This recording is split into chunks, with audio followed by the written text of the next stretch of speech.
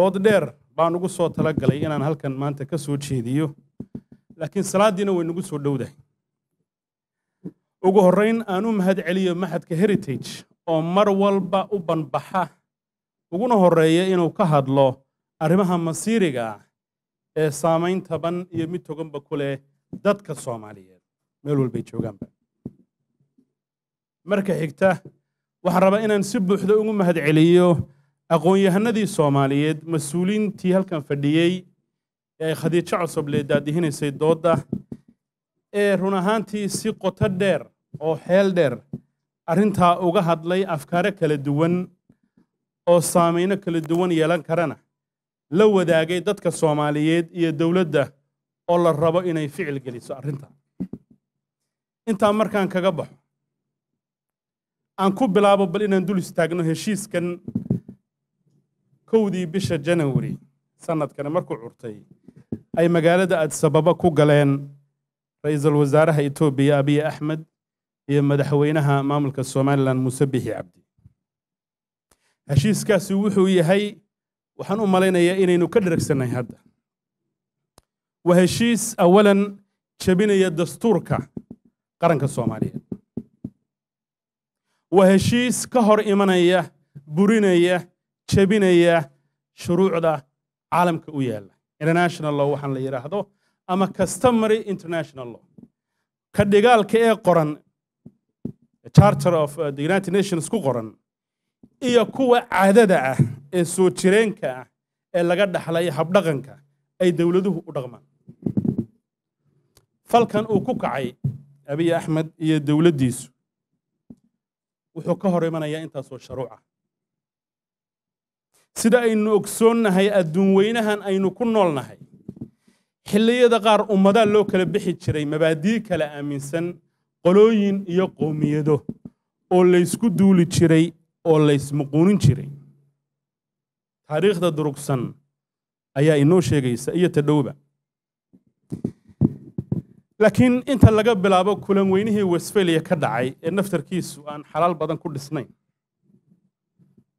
waxa caalamku isku afgartay in adduunkana uu yahay state centric world order adduun weyne ku jaan go'an qaramo istixtiraama oo aan isdulmin damacan guracan ee ka yimi dalka aynu dariska nahay Itoobiya iyo xukuumaddiisu wuxuu soo xasuusiyay markaan soo ababayay hees aan maqli jiray oo midhaheeda ay ka mid ahayd talis yahow wareersani warliida waxay sababaysaa waxyeelada ku hoos jirta heshiiskan aynan arag ee humaaga heshiiskan wax nooc min al-samaria aynu ka aragnay laakiin isagoo dhammaystiran aynan arag sabab fara badan oo halis ku ah qarannimada Soomaaliyeed ayaa ku duugan mid waa in ictiraaf laga hadlayo waa kala goyntii dalka Soomaaliyeed midna waa in dhul Soomaaliyeed iyo bad la qaadanayo waa laba halisood oo isku raran markii arrintana ay dhacday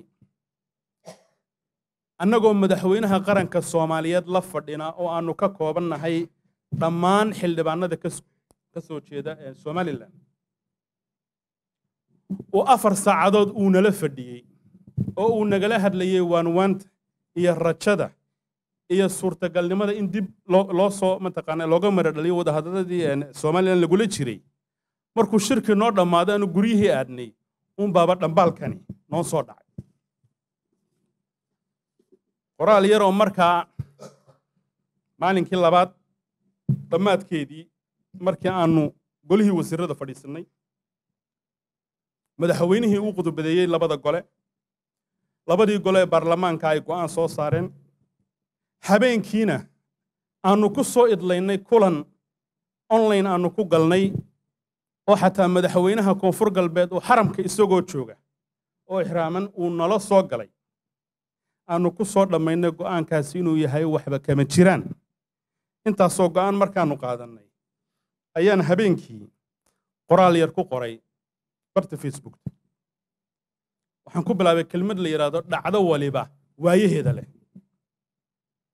dhacdadaa dhacday laba halisna way wadatay oo waxay su'aal saartay badaheennii iyo deegaankeenii fursadna way wadataa oo yiri diilada maanta halkan ka muuqata rag fara badan iyo hablo fara badan 10 sano xamar joogay ma aragba yiri diilada iyo wadaniyada iyo kalgacalkaasi hadduu inoo joogtoobo qarannimadeena ciidana kuma soo dhici karto marka halka fursad baan ka arkaa halkan markii warlodadu ku habsadeen yiri diilo cusub baa timo kicisay kaankii markuu dadkii dulmiyay jabhada kiciyay Itoobiya markay ina soo damacday rag baa iska dhiciyay gumaystaha cadi markuu yimi rag baa u bareeray iyo dumarba wax walba yimaada markaa sharka iyo khayrkooda wada wataan sayid maxamed cabdulla xasan gabay uu marinayay ayaan bal u niyeystay inaan qoliyaha adiis joogay ee dhulkeena damcaya isna maskaxdeeda habeenka ku soo dhaco wuxuu yiri ninka yiri waxbaan gani anoo goliya cayn jooga ee yiri badii garacad baan gudub u weydaaran wargoodka lagu cadaabiyo muxuu go baan sheegay ninka ilaahay aanu bad siinay yiri intaan Soomaali soo dul dhaafo baan bad casdagaya war ninkaas waa damac waalan inta markii suugaanta kaga baxno sharciyadiina aynu ka hadalnay dawladdu tallaabooyinkay qaadana aynu isdaba dhignay waxaan rabaa 3 qodob inaan ku daro dawladdu intii ay gudaha ka qaban kartay way qabatay shacabkina way abaabulan yihiin waxaan rabaa inaan u sheego Soomaali meel walba ay joogto iyo inta halkan joogtaba meelaha ugu badan ee laga banaan baxay ee arintuna ka bilaabantay ma ahayn xamar iyo boosaaso iyo baydhaba ee waxay Hargeysa Burco iyo Boorame arrintu marka arrin 3 daraf ma ahay waa halkii Yuusuf Garaade waa 2 daraf waa Soomaali oo meela iyo qoliyaha inagu soo duulay oo meela ninka la yiraahdo Nuuruddin Faarax oo ah qoraa Soomaaliyeed baa wuxuu qoray maqaal afka Frenchiga uu ku qoray oo uu leeyahay which way to the sea please Ethiopia waxay leedahay warbadu xagee naga xigtaa ama xagaanu bad ka helnaa wuxuu yiri marka aad diblomaasiyadda adduunka ku dhex jirto oo aad capitaliska waaweyn joogto xanshashaq badan baa kugu soo dhacaya waa Ethiopian kiyo leh warbad halina la ogaado bad boqorada Yurub iyo hogaamada caalamka hore bay waxa kula faqayaan buu yiri Abiy Ahmed iyo xukunkiisa hadii su'aashaas uu isweydiiyay horta tilmaan baan u haynaa bad halka ugu dhow ayaan u haynaa culimada sayniska waxay tiraahdaa Afrikadan East Africa dhawaan way kala go'aysaa rift wax la yiraahdo dhacaya 5 milyan oo sano ma yiraahdeen ya 3 milyan anigu 5 ma ka jeclaa 5 milyan oo sano ka bacdi ayaa laga yaabaa meeshaas inay kala goodo war kala go'a ilaahay wuxuu ka siiyo ku qabsan mayno inta se ka horeysa anana degelkayaga iyo deegaanadayada iyo dalkayaga iyo badayadaanu leenahay iyana buurahooda iyo dhulkooda leeyihiin ilaahay ha barakay Muuse Biixi Cabdi madaxweynaha Soomaaliland hadda ka arrimaya iyo gudoomiye Saleebaan iyo Inakaay iyo Saajin iyo warsaajin ma ka tagin mise wali waa jooga iyo ragga faraha badan ee Siciid Sulub ayaa ka mid yihiin mas'uuliyiinta ah horta da'doodu 70kii kor wada dhaaftay badidooda niman taariikhda ka maqan maaha niman hadda loo sheegayna maaha waa jawaarina waa ka sii weyn haddaan soo gunaanado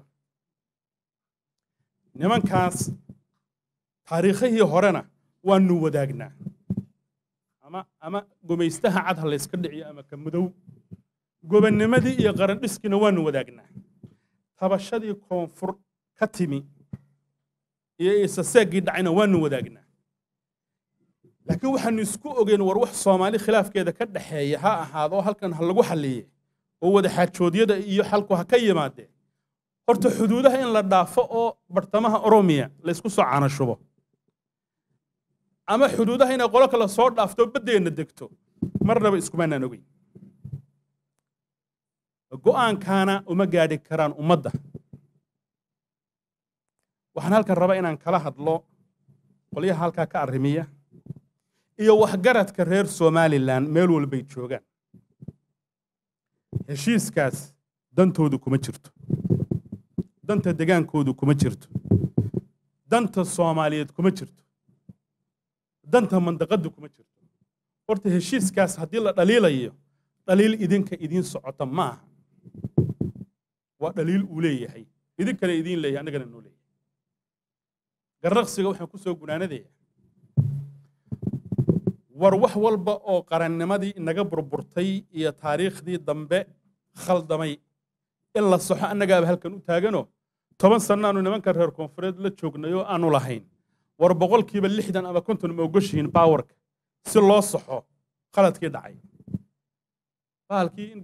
galbeed guntii lala aado oo qoomiyada kale ay taladii la galno arrintu miiska inooma saarnay waxaan ku boorinayaa waxgarad walba oo ku sugan magaalooyinka iyo deegaamada Somaliland in arrinta ay tala isaga yimaadaan waxna la iska yiraahdo wax dhaxalkooda iyo ubadkooda iyo taariikhdooda anfacdana ay go'aan ku gaadhaan lana ilaaliyo xasiloonida iyo wadajirka ummadda Soomaaliyeed wixii Soomaali dhex marayna xal baa loo helayaa gooray gaadhaba waxaan ku soo gunaanadaynaa anigu heesahay waa laga badshay laakiin Cabdi Samatar baan waxaan ka maqli jiray hees tiraahdo dalka iyaga ninkii doonayay inuu duudsiyo rabow anagu diidnayo ogow aad iyo aad baan